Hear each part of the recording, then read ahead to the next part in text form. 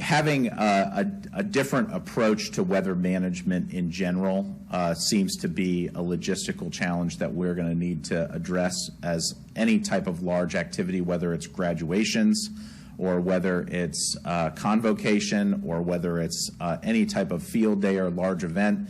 This is something for us to consider, whether it's hot weather or whether it's cold weather, whether it's an indoor activity or an outdoor activity, making sure that we have weather-appropriate supports or environmental-appropriate supports seems to be consistent. Having multiple water stations or even misters or cooling locations definitely seems to be something that we absolutely should have done, but we also have other logistical challenges that we didn't fully get the chance to amplify. This was not at the forefront of everyone's mind for understandable reasons, but we did have a fundraiser at that event for the Fredericksburg Food Bank. It raised only a portion of the funds that we intended because very few people knew where the kiosk was to make a donation. And several people wrote into us after the event saying, hey, where can I make my donation? I missed the opportunity to do that. Well, that's very sweet of them to think about that as a priority, but the reality is we didn't leverage our public address system, we didn't leverage the video screen, we didn't leverage a number of the logistical things and tools that were at our disposal. We didn't leverage them how we could have leveraged them, and that definitely was reflective of other things that didn't go well.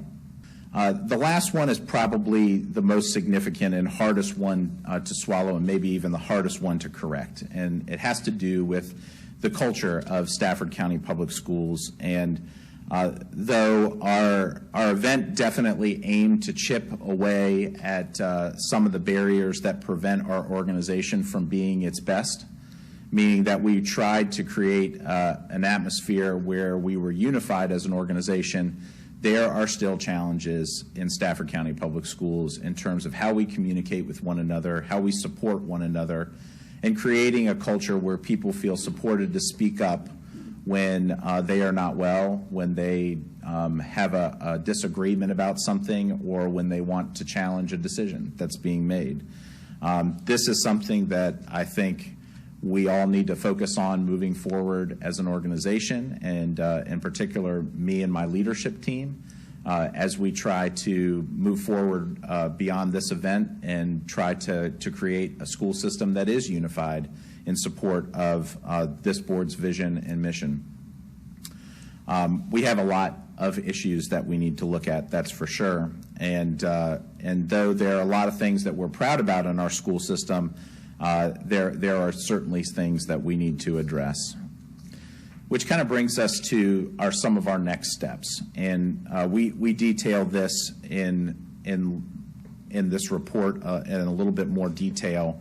But even though we started the planning for this event early in the year, in the calendar year, having more robust pre-planning, I think, would have definitely helped solve a lot of our challenges. In particular, who you have at the table and who is a participant in that planning definitely makes a big difference.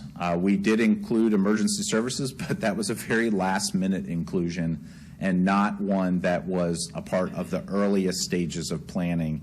And moving forward, having a lot of third-party supports, whether it be event planners or whether it be emergency services, whether it be first responders, or whether it be just other agencies that we have at our disposal, which we have many, having them be a part of walkthroughs and rehearsals, critically important. This board also had discussed with me bringing forward a policy and a regulation for school board consideration in terms of how we deal with large events, and we will certainly bring that to the governance committee because there are a lot of lessons learned that we bring forward. Evaluating the weather is always a challenge for superintendents in particular. When it snows, you're either a hero or there's lots of unfriendly things that are said about you online. It really kind of just depends. Heat events are no different, that's for sure. which kind of brings into question whether or not we can't create metrics for evaluating our environmental situation when we host an event, whether it's a graduation, a convocation, or some other large format event. We certainly use the wet bulb reading, and there's a link to that calculator in this document when we talk about student strenuous activities, but there really isn't one for adult passive activities. So thinking about how we might come up with metrics that might help drive some of our decision making is definitely an area that we should explore and to look at. There's simply no excuse for not having on-site working telecommunications. I take full responsibility for the failures of this event, and certainly the planning and telecommunication errors is something that definitely falls on my shoulders to ensure that we have an adequate communications tree working on-site telecommunications and folks who know their roles and responsibilities and are able to communicate freely. It's a critical step as we move forward in any type of large format planning. Our emergency plans definitely need to include something that's more than one-dimensional. The event space that we utilized for this particular event does have a number of emergency exits, and very few of them were used in this particular event in the effort to try and create order and process. But sometimes order and process should give way to personal needs and making sure that we are accommodating for personal needs. And those things need to be discussed ahead of time. That's not something that can be done or should be done on the spur of the moment, and certainly not in the thick of heightened passions and concern. And that needed to be done ahead of time for certain. In terms of expectations and guidance, this definitely comes back to clear communications with our staff and how we support our staff, and being crystal clear with what our expectations are, and also how we support our family members. Team Stafford very much is a family. We saw that, although not necessarily the way we wanted to see it on August 5th, but we definitely saw how Team Stafford bound together as a family.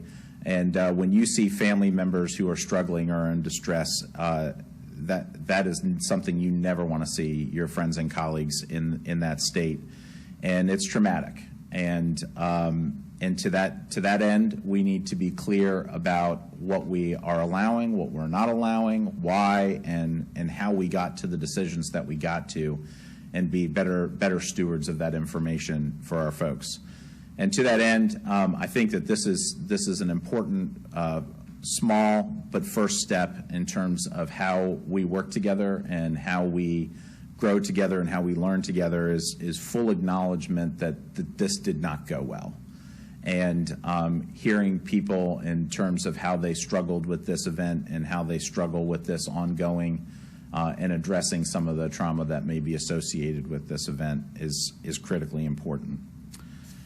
We definitely set out with the objective of trying to create a fun atmosphere that would help unify our county, and we definitely unified our staff and our county, but not in the way that we intended by any stretch. We definitely have a fantastic and supportive group in Stafford County. Team Stafford is a great place to live, work, and learn, and to be a part of. And Stafford County is a great place. This event certainly didn't diminish that, but it definitely set us on a path of how we might do things better moving forward.